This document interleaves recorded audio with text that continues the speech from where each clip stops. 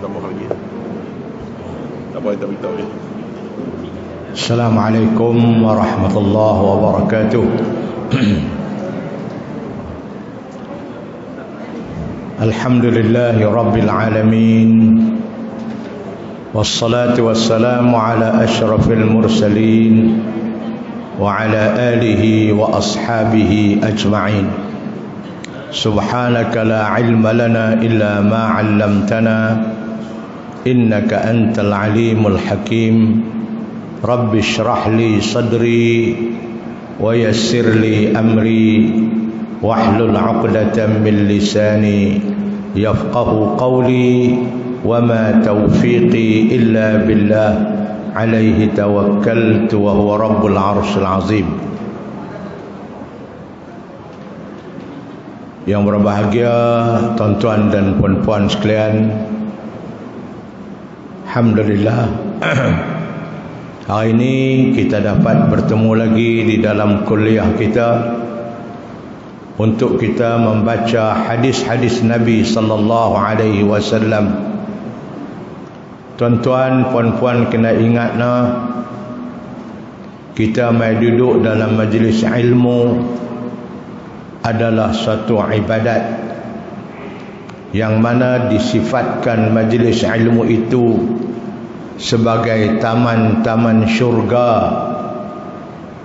Ala idza marartum bi riyadil jannati farta'u qalu ya Rasulullah wa ma riyadul jannati qala majlisul ilmi wa fi riwayatin majlisul dzikri. Ingat-ingatlah kamu semua, kata Nabi, kalau kamu berjalan di tepi-tepi taman-taman syurga, masuklah di dalam taman syurga itu, duduklah dalam taman syurga itu, nikmatilah keindahan-keindahan yang ada di dalam taman syurga itu. Para sahabat bertanya, ya Rasulullah, apakah yang dimaksudkan taman syurga di dunia ini? Nabi menyebut taman syurga itu ialah majlis ilmu, dan satu riwayat lagi mengatakan majlis zikir. Jadi kita duduk dalam majlis ilmu macam kita duduk dalam taman syurga lah, tuan-tuan. Yang kedua, apabila kita duduk dalam majlis ilmu, kita nak baca hadis Nabi pula. Baca hadis Nabi ni pun, tuan-tuan, jadi ibadat. Nah, kalau kita duduk dalam majlis ilmu, kita disampaikan kepada kita ilmu-ilmu dengan tak baca hadis Nabi pun sudah cukup ibadat. Apatah lagi kalau kita baca hadis-hadis Nabi, kita baca ayat-ayat Quran, lebih-lebih lagi lah ibadat kita itu terjadi apabila kita dalam majlis ilmu. Sebab itu saya mintalah kepada tuan-tuan puan-puan, kita nak baca hadis Nabi ni, saya baca, tuan-tuan kena ikut baca sama. Sebab kita nak sebut apa yang Nabi ucapkan kepada kita dalam hadis dia itu. Sebab itu adalah keluar daripada mulut Nabi sendiri, samalah dengan Quran juga keluar daripada mulut Nabi sendiri. Mudah-mudahan kita dapat bukan setakat beribadat dengan baca saja, tapi kita dapat beribadat dengan faham dan kita menyebut kalimah-kalimah hadis itu, insya-Allah. Itu cara saya lah nak mengajar hadis-hadis Nabi ni, kena ikut. Saya ingat bahawa hari ni 40 cukup dah lah. Banyak tak cukup lagi. Mungkin kita buat dalam 20 lagi ke 40, tengok keadaan lah.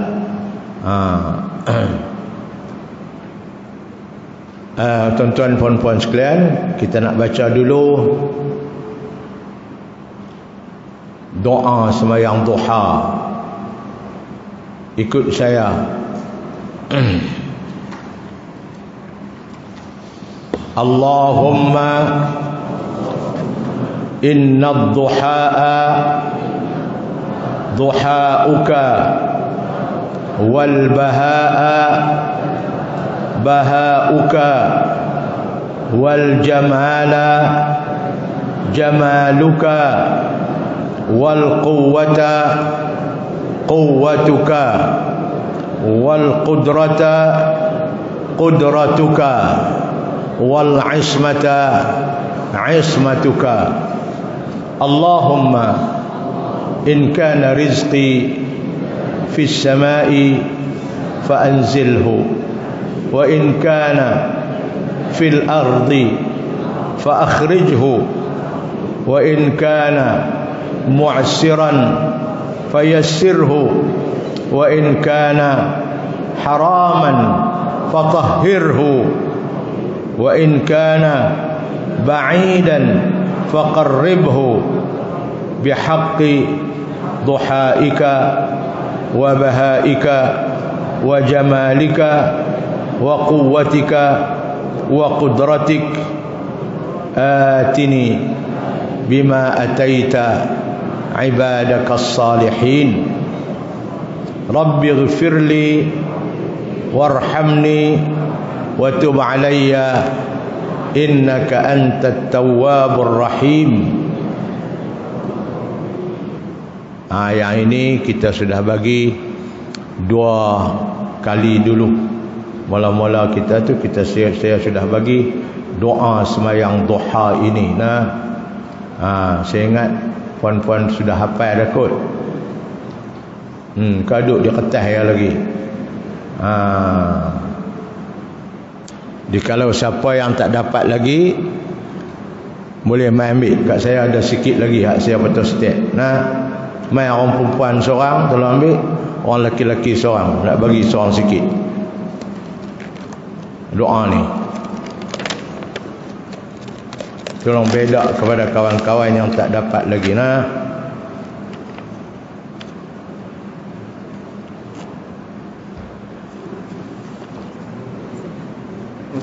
Baik.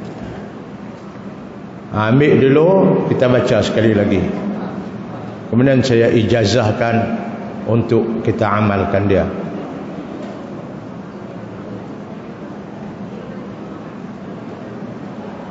Mungkin orang yang baru datang, baru main sehari dia tak dapat lagi.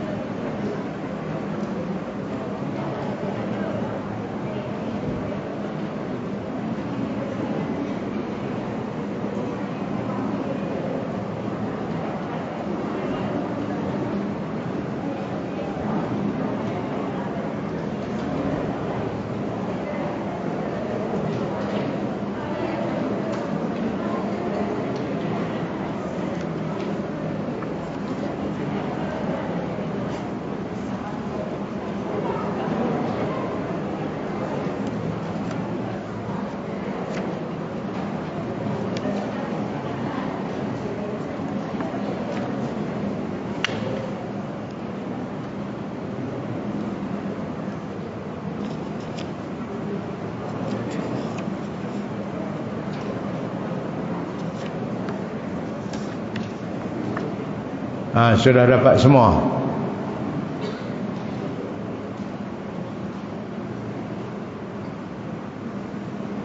Sudah dapat dana. Pegang kertas, mari kita baca sekali lagi. Tu ada sikit lagi lebih.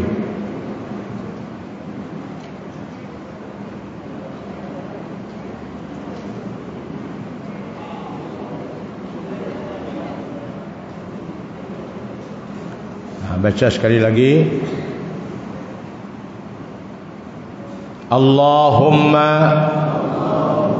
inna ad-duhaa duhaa'uka wal bahaa bahaa'uka wal jamala jamaluka wal quwwata quwwatuka wal qudrata qudratuka wal ismata ismatuka Allahumma in kana rizqi fis samai fa anzilhu wa in kana fil ardi fa akhrijhu wa in kana mu'siran fayassirhu wa in kana haraman fatahhirhu wa in kana ba'idan faqarribhu bihaqqi duhaika wa bahaika wa jamalika wa quwwatika wa qudratika atini bima ataita ibadaka as-salihin rabbi ighfirli warhamni wa tub alayya innaka antat tawwabur rahim.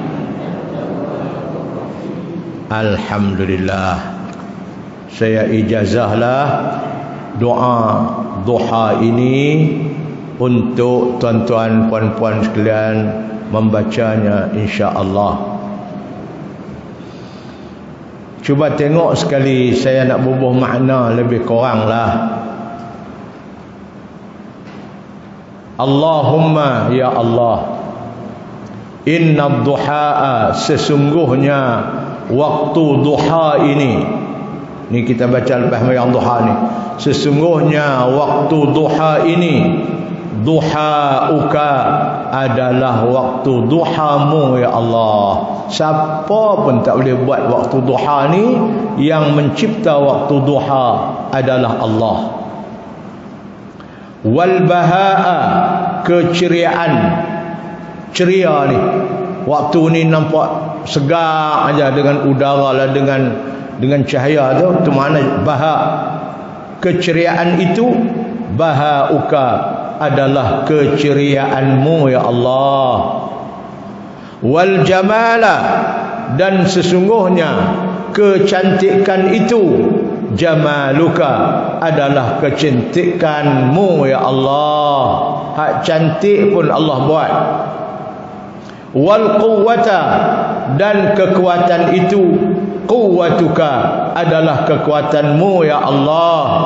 Wal qudrata, dan kekuasaan itu, quwwatuka adalah kekuasaanmu ya Allah. Wal qudrata, dan kekuasaan itu, qudratuka adalah kekuasaanmu ya Allah. Wal ismata, pengawalan, Allah kawal kita, tak boleh buat dosa, tak buat apa itu. Ismatuka adalah pengawalan dari kepadamu ya Allah. Ismah ni makna kita dikawal, dijaga oleh Allah, kita tak buat benda-benda tak elok. Sebab itu Rasul disebut maksum, orang yang dikawal oleh Allah. Rasul-rasul tak buat dosa. Pasal apa? Pasal mereka maksum. Maksum tu makna orang yang diismahkan oleh Allah. Allah kawal mereka, Allah jaga mereka sampai mereka tak buat dosa. Sesungguhnya kawalan itu ya Allah adalah kawalanmu ya Allah. Itu kita puji Allah, kita sebut kedudukan Allah. Semua hak dia semua. Hak ni baru kita nak minta. Allahumma ya Allah, in kana rizqi, sekiranya rezeki saya ini, fis samai, duk di langit no, fa anzilhu ya Allah, wa turunlah mai ke bumi. Kalau duk di langit saya tak dapat, sebab saya tak boleh naik ke langit. Fa anzilhu, engkau turunkanlah dia. Wa in kana, dan sekiranya rezeki saya itu juga fil ardi, duk dalam bumi, fa akhrijhu, engkau keluarkanlah dia daripada perut bumi ya Allah.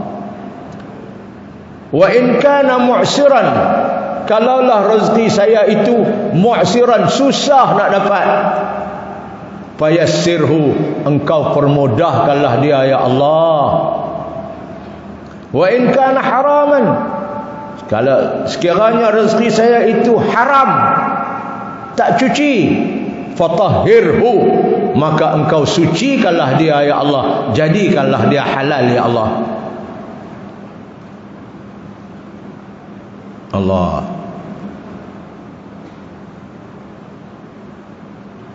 Dia jumpa duit orang ada RM400 duduk dalam sampul surat.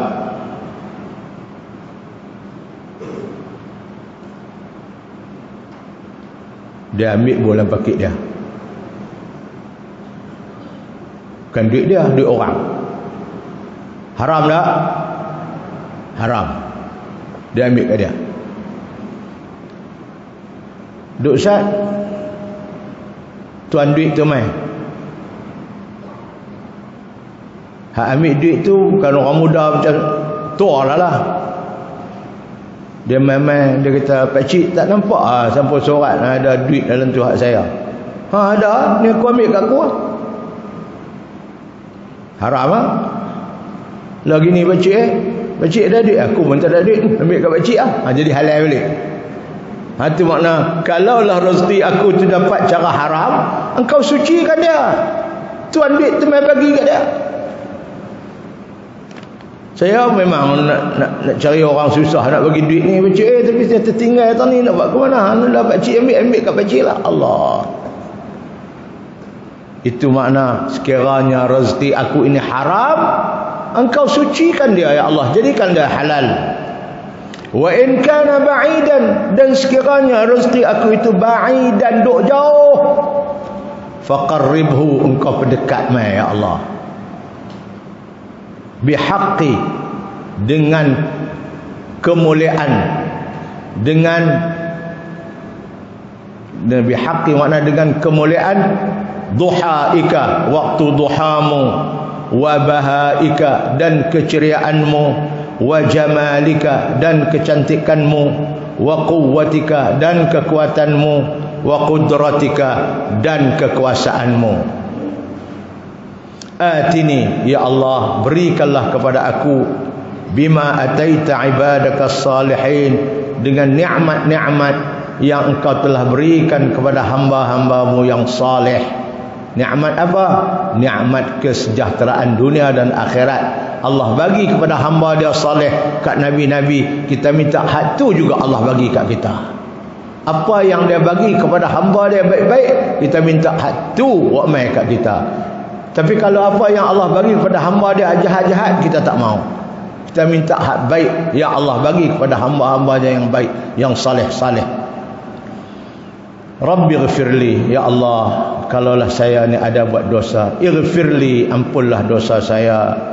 Warhamni, kasihlah kat saya ya Allah. Wa tub alayya, terimalah taubat saya ya Allah. Innaka, kerana sesungguhnya engkau, antat tawwab, engkaulah Tuhan yang amat menerima taubat, ar-rahim, dan yang amat mengasihani hamba. Cantik kan tuan-tuan? Doa yang Nabi ajak kita ni, doa lepas kita sembahyang duha, sebelum kita bangkit mana, duduk tahiyat lagi, angkat tangan menghadap kiblat dengan hati yang khusyuk, kita minta doa ni kepada Allah Subhanahu wa taala. Nah, Allah akan beri kepada kita. Jadi amalkan doa ni insya-Allah.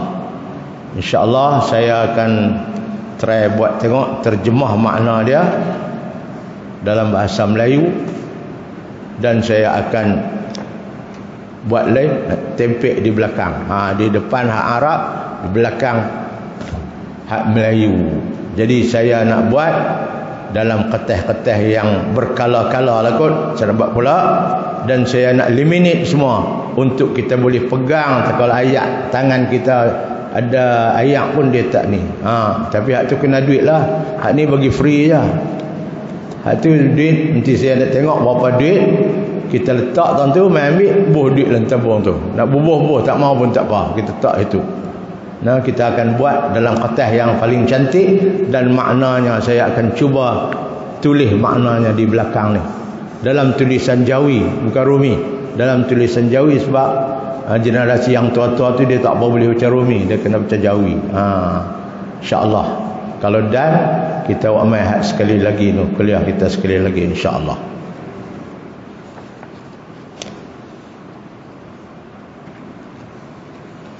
Baik, hari ini kita akan baca di muka surat 11. 2 kali mengaji, 10 dah habis muka surat. Ni yang ke-11. Hadis nombor 8. Nombor 8 Arab nah, dia hak begitu tu. Kalau hak begitu 7. Arab hak begitu 7, hak begitu 8.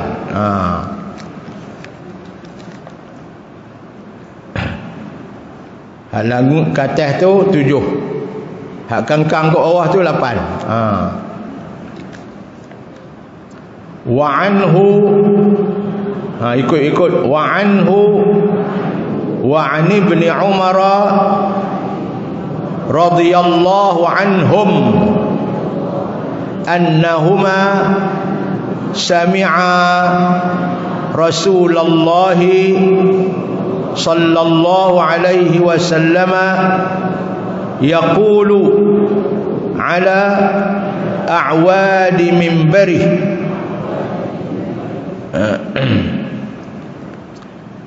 la yantahiyanna aqwamun an wad'ihim al-jumu'ati aw la yakhtimanna Allahu ala qulubihim thumma la yakununna minal ghafilin. Rawahu Muslimun.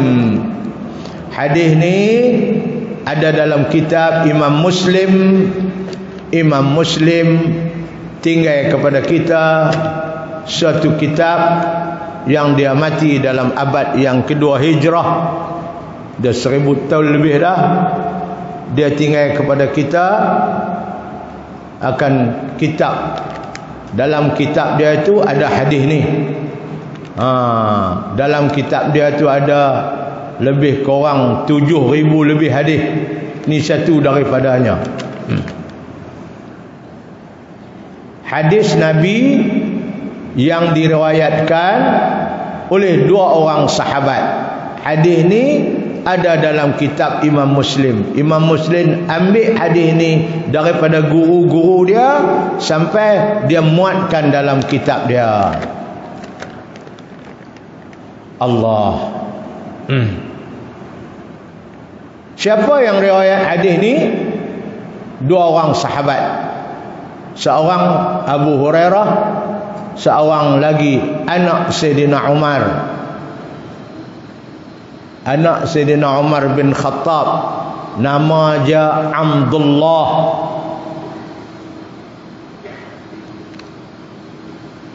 Abdullah ini seorang sahabat Nabi dari kalangan budak-budak muda.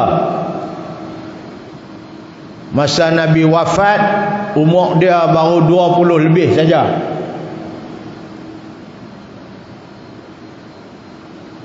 Generasi muda ni.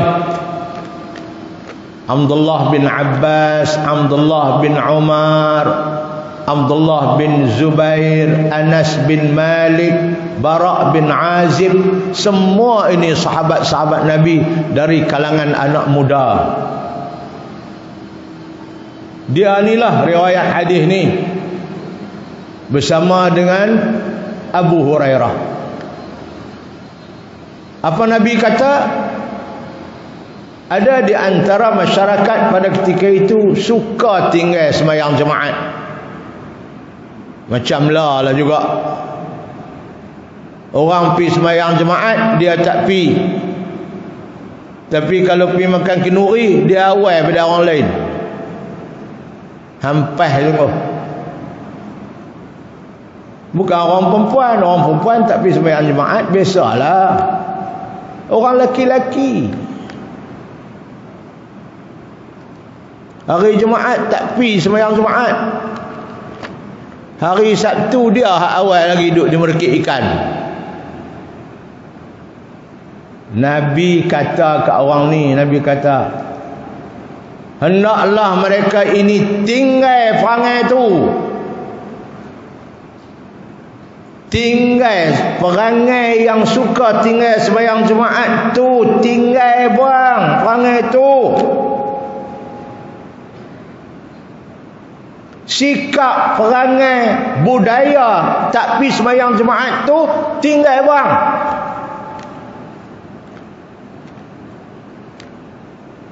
Kalau tak mau tinggal, Nabi kata la yakhtimannallahu ala qulubihim. Allah akan tutup hati-hati mereka. Allah akan seal hati-hati mereka. Tak akan masuk hidayat Allah dalam hati. Puncanya pasal depa ini berbudaya suka tinggal sembahyang Jumaat. Nabi kata kamu kena tinggal budaya tak pi Jumaat tu, tinggal bang. Kalau kamu tak mau tinggal budaya tu, kamu bersedialah untuk menerima, iaitu Allah akan seal, tutup segala hati kamu, dan hati kamu tertutup, tak akan masuk lagi hidayat Allah Subhanahu wa taala.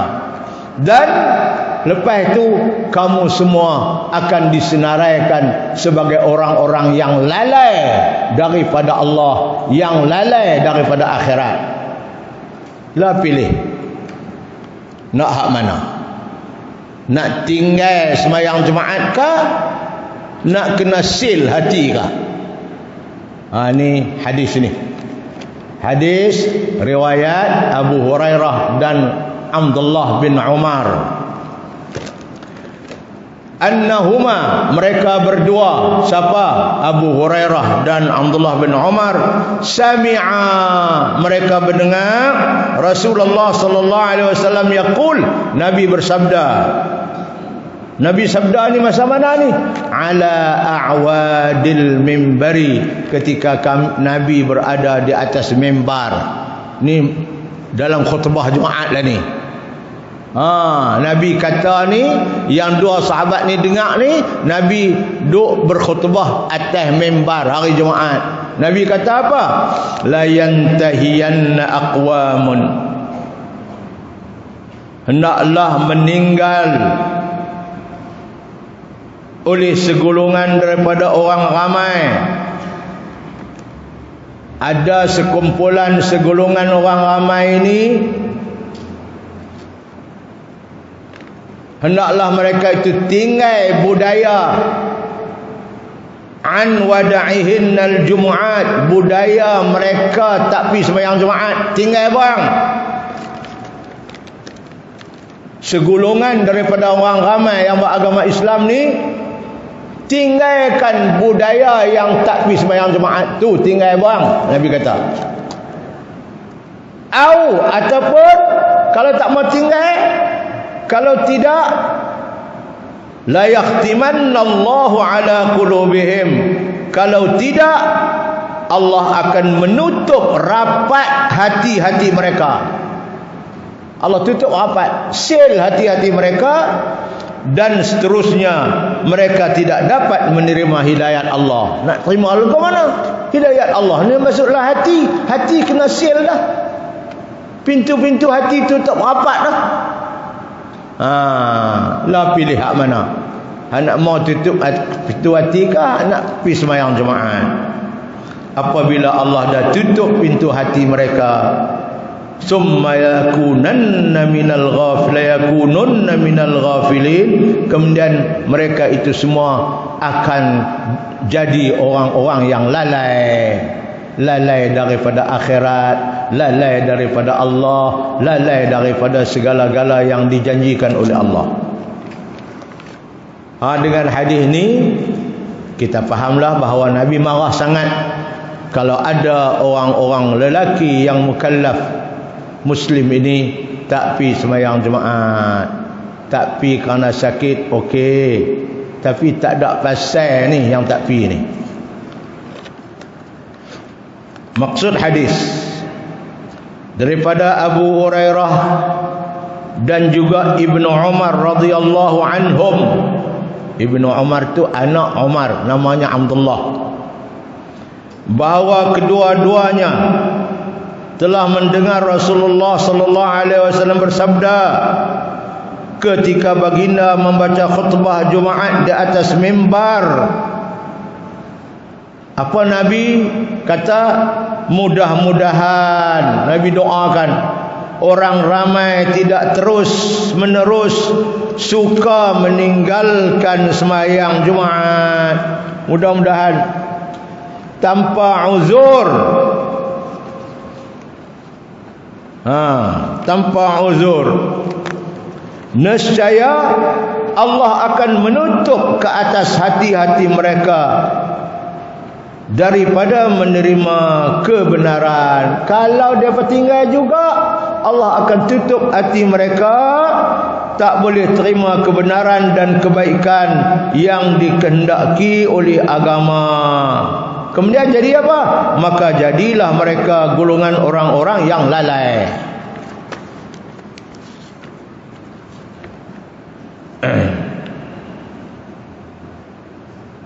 Pengajaran hadis,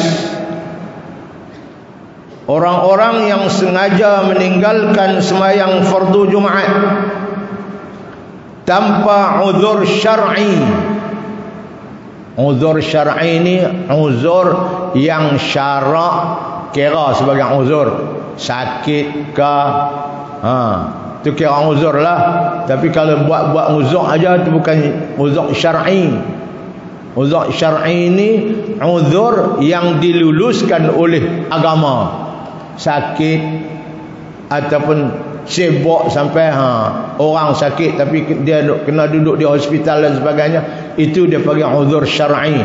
Ataupun dia musafir, itu dikira uzur syar'i. Tapi kalau saja duduk di rumah saja segan nak pergi saja, tu bukan uzur syar'i. Tu uzur, tak tahulah uzur apa tu.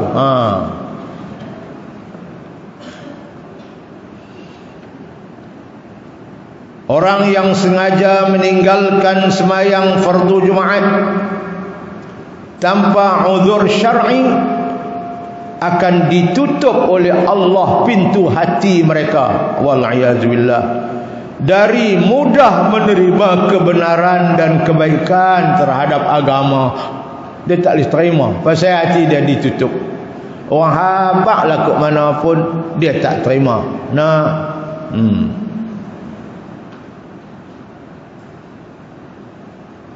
Tak mau semayang, bukan Jumaat, waktu. Orang nasihat lagu macam-macam.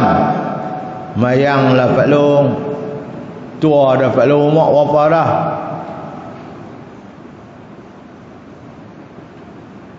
Mayang lah Pak Long, kita bukan nak duduk di dunia ni terus menerus, kita akan mati. Buatlah ibadat, semayanglah takat boleh. Paling kurang 5 waktu jangan tinggal Pak Long. Dia tu tak dengar situ lah. Nak duduk dengar mana nasihat orang, dia nak pakai lagu mana. Pasal hati dia kena tutup lah. Siapa nasihat pun tak pakai. Kalau bini dia nasihat gini, dia akan kata, hang buat sudahlah. Aku bukan nak masuk kubur ngah hang.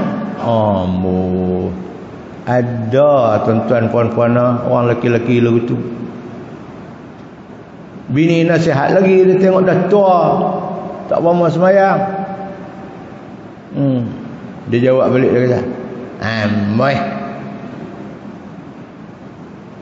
Sihat aku ni tak baik sangat.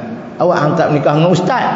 Dia kata kat bini dia, "Kalau aku tak baik, awak hantar nikah dengan ustaz dulu, nikah abang aku." Mulut bini tak awak, "Aku tak nikah abang dengan hang, pergi gatai minta aku." Aku pun tak tahu kata hang ni balok lihat sembahyang tak mau. Tidak, aku tobat tak mau rayawai. Ada tuan-tuan Jangan kata begitu.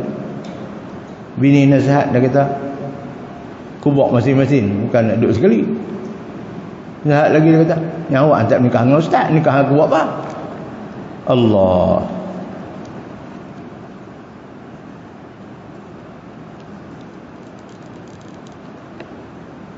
Saya cerita tu pasal ada seorang perempuan pergi duduk cerita kat saya, dia tegur lelaki dia. Lelaki dia kata begitu.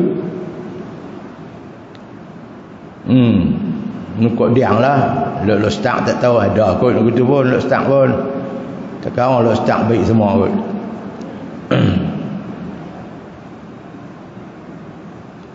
Di antara tanda orang yang bersifat munafik, munafik ni kot luar dia tunjuk macam orang Islam, tapi hakikatnya dalam perut dia tak Islam. Itu munafik. Zaman Nabi ramai, masa pi perang Uhud, pi pada awal tu taat kat Nabi, wa yaquluna ta'atun. Pi sampai perang Uhud,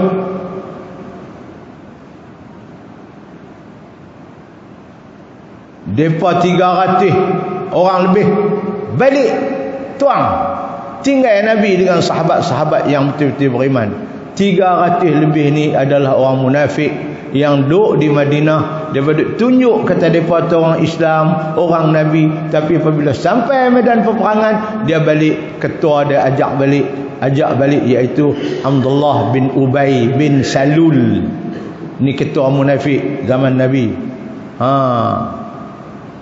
Dia mati, Nabi nak pergi semayang, Allah larang jangan semayang. Dia tu munafik. Ni orang munafik ni.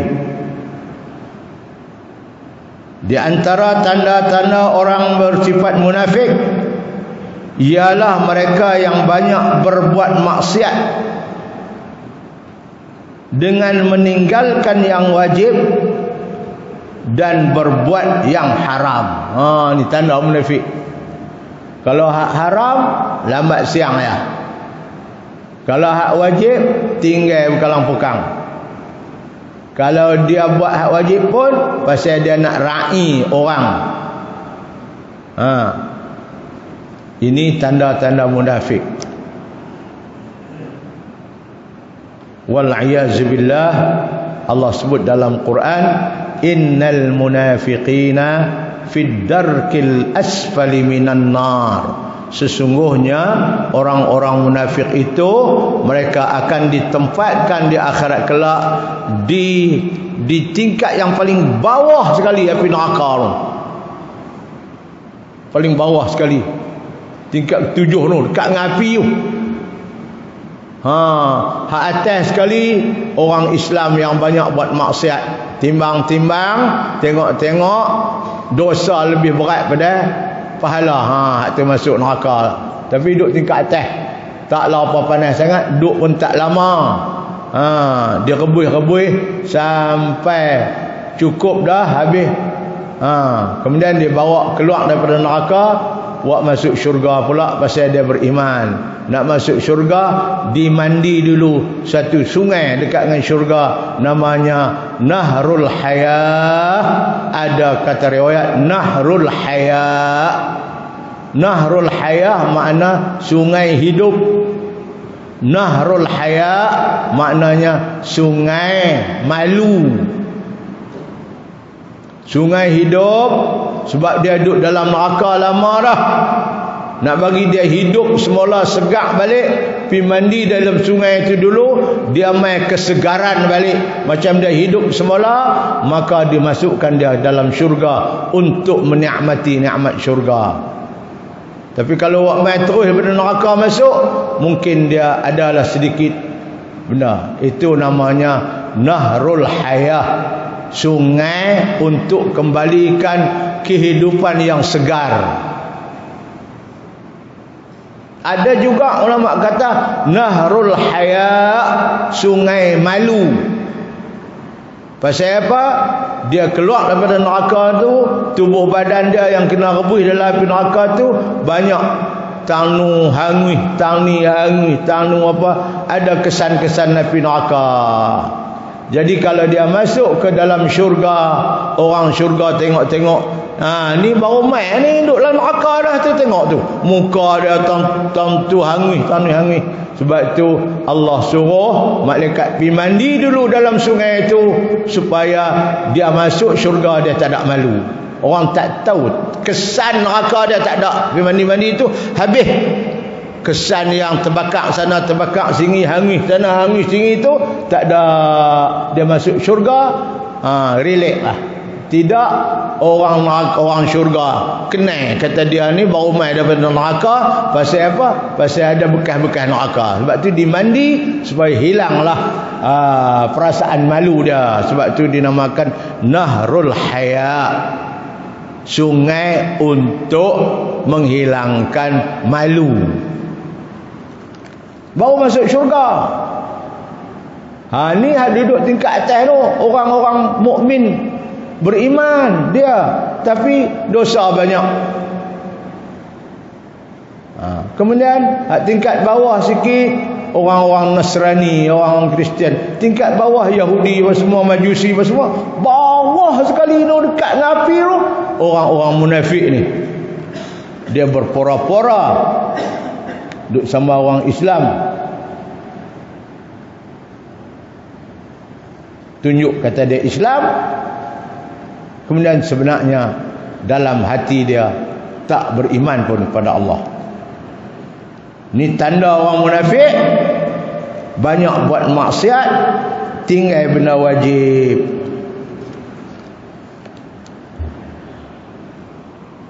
Baik, itu satu hadis yang kita baca, iaitu Nabi kata orang-orang yang duk tinggal jemaat ni jangan duk tinggal jemaat. Budaya tinggal jemaat tu, tinggal malah budaya tu.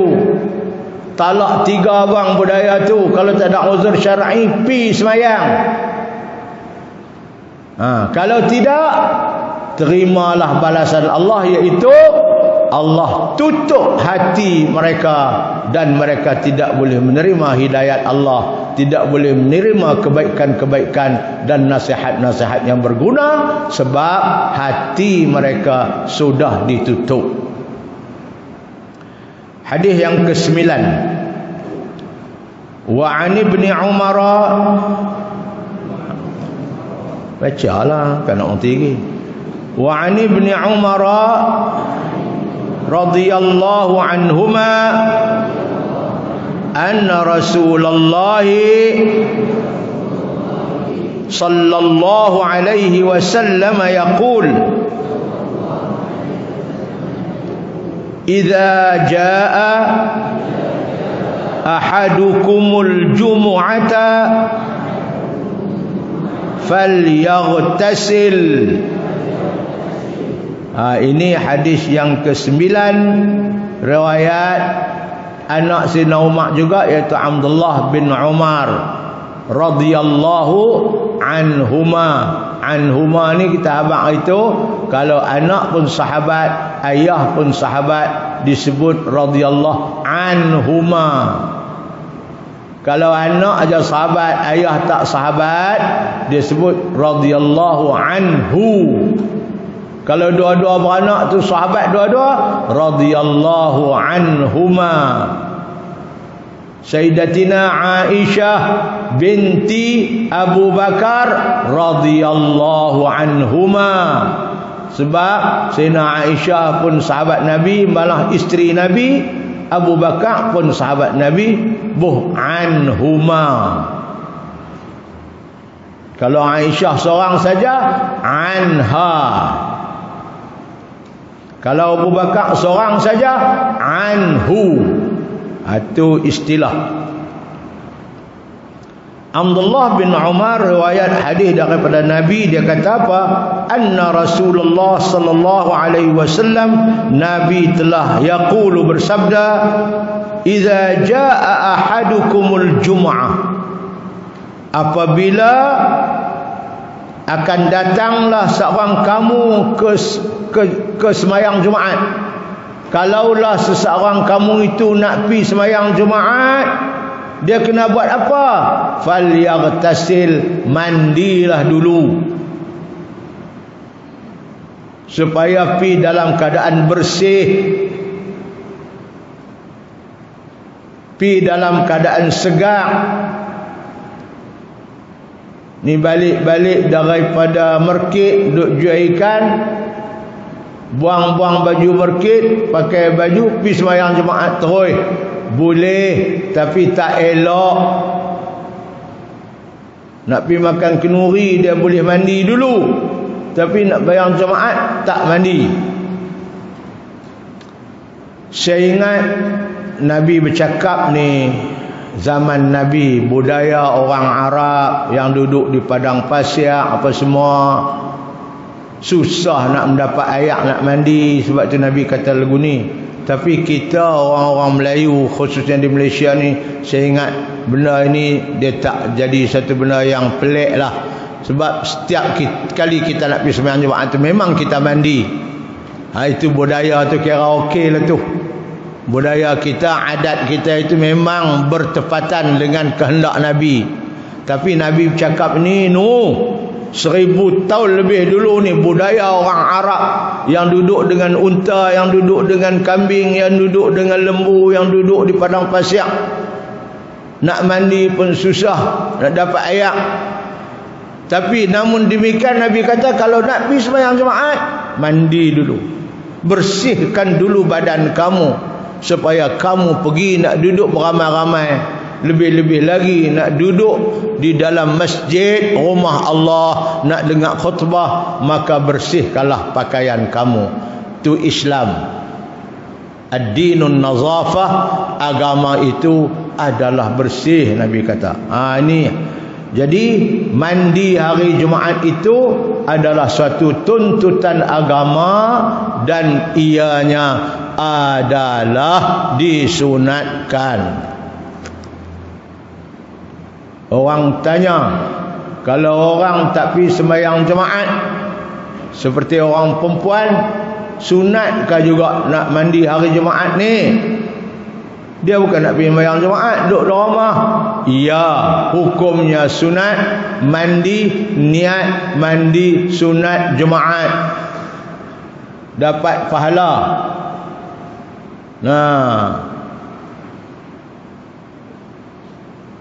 Kita yang nak pergi sembahyang Jumaat lagi-lagilah dituntut.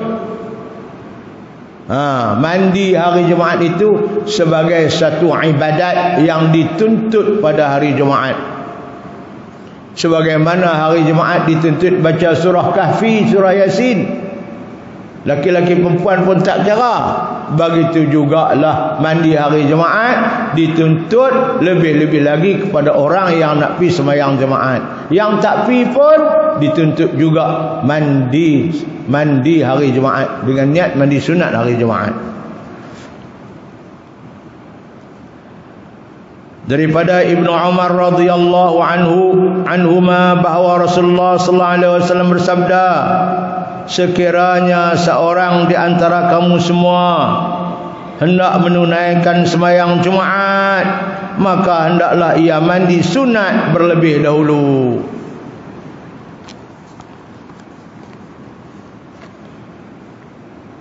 Hadis yang ke-10, wa an Abi Sa'id al-Khudri. Baca Sa'idin al-Khudri, ada nun kecil. Pasal Sa'idin tu dia baris dua, Sa'idin kemudian ada alif lam.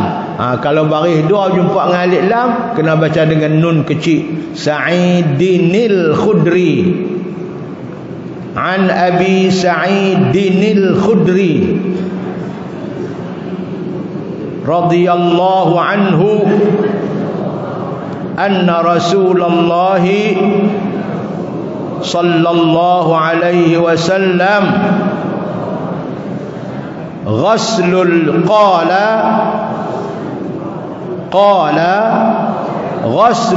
jumu'ati wajibun ala kulli muhtalimin.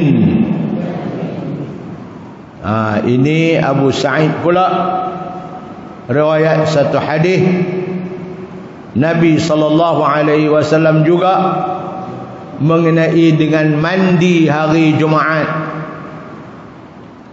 Kata Nabi, sabda Nabi, ghaslul Jum'ah, mandi hari Jumaat itu wajibun.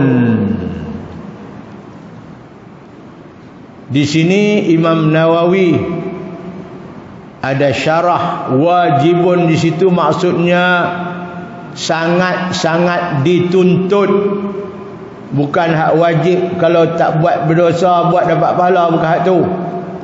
Wajibun sini kata Imam Nawawi wujubul ikhtiyarin. Satu benda yang dituntut sangat-sangat, itu makna wajibun.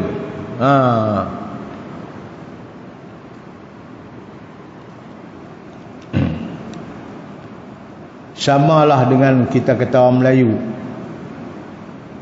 menjaga kebersihan jalan raya adalah suatu kewajipan kita. Saya nak tanya tuan-tuan, wajib tak jaga kebersihan jalan raya tu? Sampah tak boleh tahu. Kalau kita tahu sampah, kita berdosa. Pasal apa? Kewajipan membersih jalan raya itu suatu kewajipan. Membersih jalan raya itu kewajipan kita bersama. Kata wajib di situ bukan makna wajib kalau tak buat dosa, kalau buat dapat pahala. Wajib di situ maknanya wajib ikhtiari. Kata Imam Nawawi, itu sangat-sangat dituntut.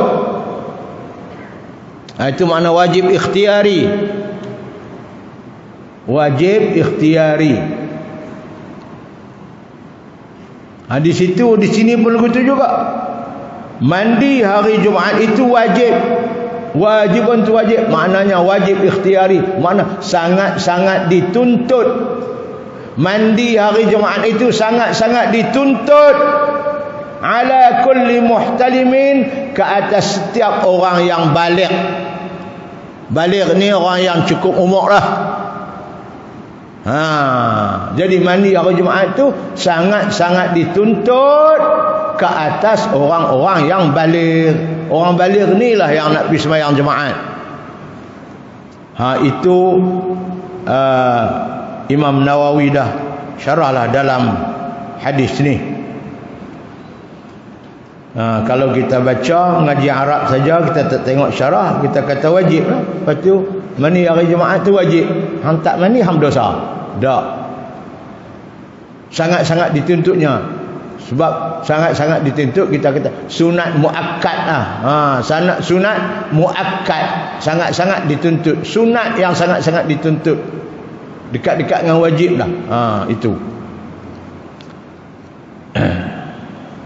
daripada Abu Sa'id al-Khudri radhiyallahu anhu bahawa Rasulullah bersabda, mandi ketika hendak mengerjakan sembahyang Jumaat itu adalah digalakkan.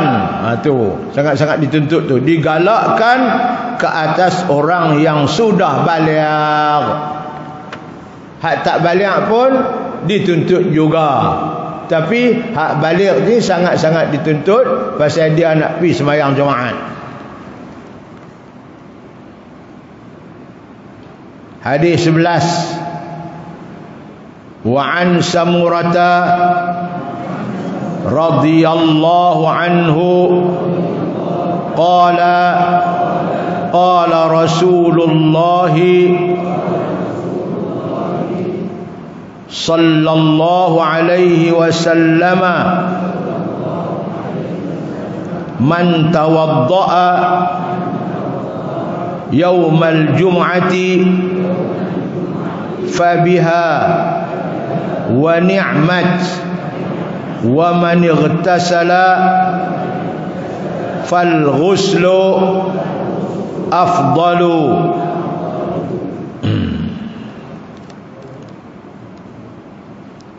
Nabi sabda, kata Samurah Man tawadda'a, sesiapa yang mengambil wudu yaumal jum'ati, pada hari Jumaat, dia nak pergi sembahyang Jumaat, dia ambil wudu saja, dia tak mandi, fabiha, maka itu sudah memadai, wa ni'mat, dan itu adalah seelok-elok dah, elok dah tu. Ambil wudu saja tak mandi, maka itu memadai dan itu sudah elok. Nikmat di situ bukan nikmat ni dapat duit ringgit ni. Nikmat ni daripada kalimah ni'mah, makna elok dia tu. Nak pergi sembahyang Jumaat, ambil wudu saja tak mandi, itu memadai dan elok dia tu. Jangan nak pergi sembahyang Jumaat wudu pun tak ambil, tu tak elok. Wa ni'mat, elok dia tu. Wa man ightasala, dan sesiapa yang mandi, bukan tak ambil wudu, dia mandi, sampai dia mandi, wudu pun dia ambil, mandi pun mandi, fal ghuslu afdal, maka mandi itu lebih baik, lebih afdal lagi daripada ambil wudu saja. Tu nak habaq kata kalau tak mandi pun memadai dah, takkan nak pergi sembahyang Jumaat ni bawa ambil wudu saja. Tapi kalau dia mandi nak pergi sembahyang Jumaat, itu lebih baik. Daripada Samurah radhiyallahu anhu katanya bahawa Rasulullah sallallahu alaihi wasallam bersabda, sesiapa yang berwudu pada hari Jumaat dengan cara yang paling mudah, iaitu tanpa mandi, sudah memadai. Nabi kata cukuplah takat tu. Tetapi sesiapa yang dapat mandi adalah lebih afdal lagi, adalah lebih afdal lagi, baik lagi, lebih afdal dan lebih baik. Riwayat Abu Daud dan Tirmizi, dan katanya, kata Imam Tirmizi, bahawa hadis ini adalah hadis hasan.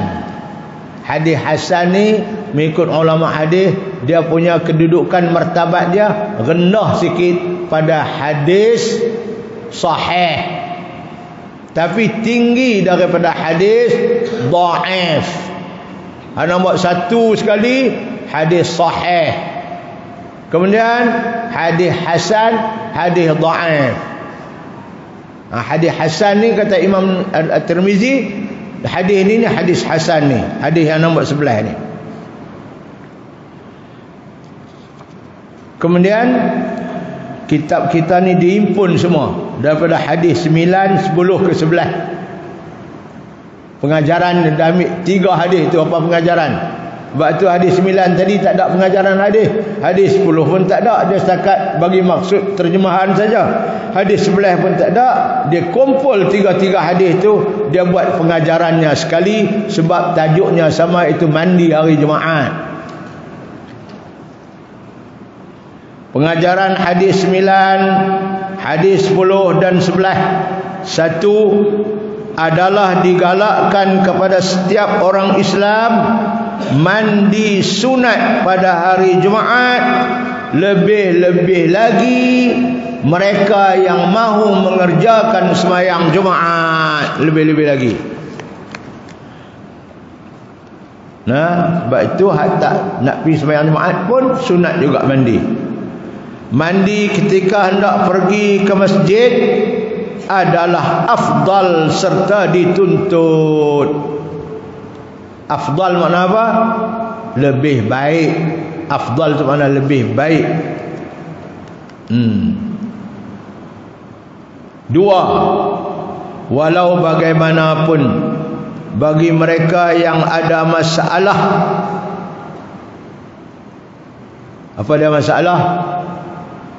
Dia tak boleh kena ayak badan dia, mandi tak boleh, sebab badan gatal, tak boleh kena ayak. Cakap ambil uduk boleh, itu masalah. Ataupun ayak tak ada, ayak yang ada tu untuk cukup untuk ambil uduk saja.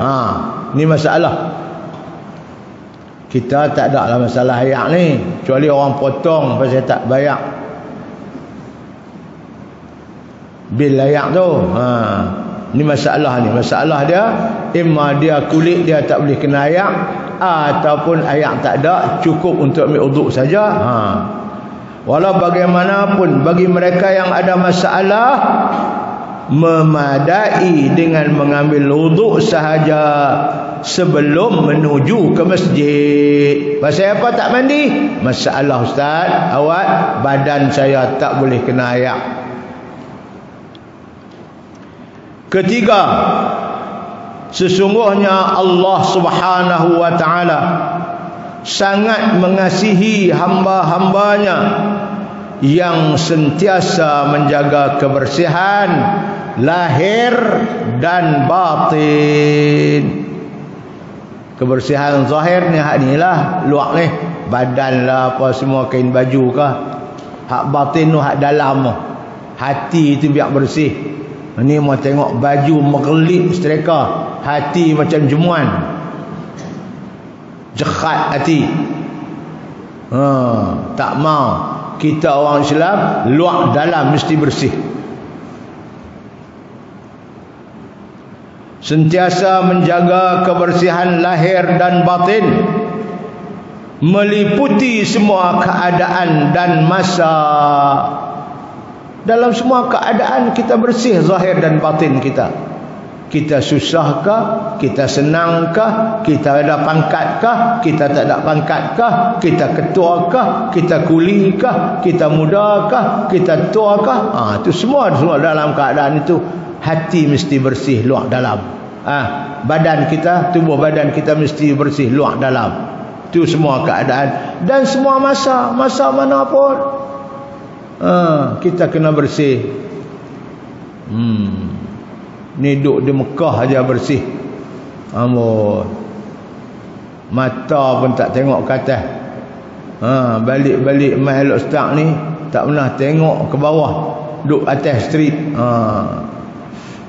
Kita tak maulah dalam segenap masa kita mesti bersih, insya-Allah zahir dan batin. Itu dituntut kepada kita. Jadi saya rasa takat tu dululah kita mengaji hari ini sampai hadis yang ke-11. Insya-Allah kita akan baca pula dan sambung pula hadis kita yang ke-12 insya-Allah pada kuliah kita yang akan datang. Insya-Allah mudah-mudahan kita akan bertemu lagi pada kuliah-kuliah kita yang akan datang insya-Allah. Tolong bagi sinarai apa nama teman-teman yang nak ada kitab lagi insya-Allah. Kita akan buat, dan kalau sempat saya akan terjemah doa sembahyang duha tadi ke dalam bahasa Malaysia untuk kita boleh baca dan kita tahu yang kita minta tu apa dia dalam doa kita. Sekian dulu. Bismillahirrahmanirrahim. Allahumma anfa'na bima 'allamtana wa 'allimna ma yanfa'una warzuqna 'ilman yanfa'una wazidna 'ilma. Ya Allah, ya Tuhan kami, beri kaulah kepada kami ilmu yang manfaat, yang boleh membawa faedahnya kepada dunia dan akhirat kami ya Allah. Berikanlah kepada kami ya Allah ilmu yang manfaat, berikanlah kepada kami kekuatan dan keupayaan ya Allah untuk kami amalkan apa yang kami faham daripada ilmu-ilmu anugerahmu ya Allah. Allahumma inna na'udzubika min ilmin la yanfa'. Ya Allah, kami berlindung denganmu daripada ilmu yang tidak memberi manfaat. Wa min qalbin la yakhsha'. Kami berlindung denganmu ya Allah daripada hati yang tidak khusyuk dan tunduk padamu ya Allah. Wa min amalin la yurfa'. Dan kami berlindung denganmu ya Allah daripada amalan kami yang tidak diangkat ke hadaratmu ya Allah.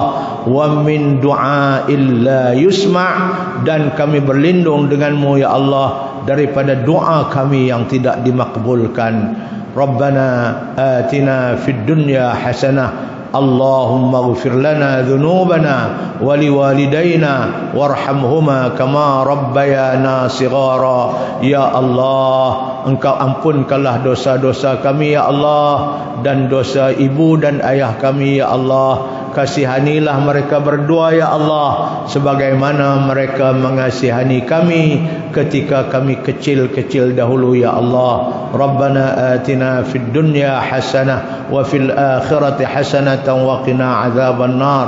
Allahumma aslih lana dinana alladhi huwa ismatu amrina. Ya Allah, Engkau perelokkanlah pegangan kami kepada agama ya Allah, kerana agama sahaja yang dapat mengawal segala urusan kami ya Allah. Wa aslih lana dunyana allati fiha ma'ashuna.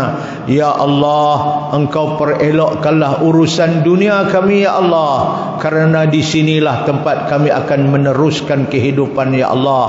Wa aslih lana akhiratana allati ilaiha ma'aduna. Ya Allah, Engkau perelokkanlah amalan-amalan kami ke akhirat ya Allah, kerana di sanalah, di akhiratlah kami akan pergi menghadapmu ya Allah dan menerima balasan darimu ya Allah. Waj'alil hayata ziyadatan lana fi kulli khair. Ya Allah, Engkau jadikanlah hidup kami sekarang ini sebagai ruang dan kesempatan untuk kami tambahkan lagi amal-amal kebajikan ya Allah. Waj'alil mauta rahatan lana min kulli syarr. Engkau jadikanlah mati kami nanti ya Allah sebagai kerehatan kami, sebagai berhentinya kami dari melakukan dosa ya Allah. Rabbana hab lana min azwajina wa dhurriyyatina qurrata a'yun waj'alna lil muttaqina imama. Ya Allah, anugerahkanlah kepada kami daripada keturunan-keturunan kami, anak cucu kami, anak-anak cucu dan keturunan yang sejuk mata memandang, dan jadikanlah mereka sebagai ikutan kepada orang-orang yang bertakwa ya Allah. Rabbana atina fid dunya hasanah wa fil akhirati hasanah wa qina adzaban nar. Wa sallallahu ala sayyidina Muhammad wa ala alihi wa sahbihi ajma'in walhamdulillahi rabbil alamin. أقول قولي هذا. السلام عليكم ورحمة الله وبركاته.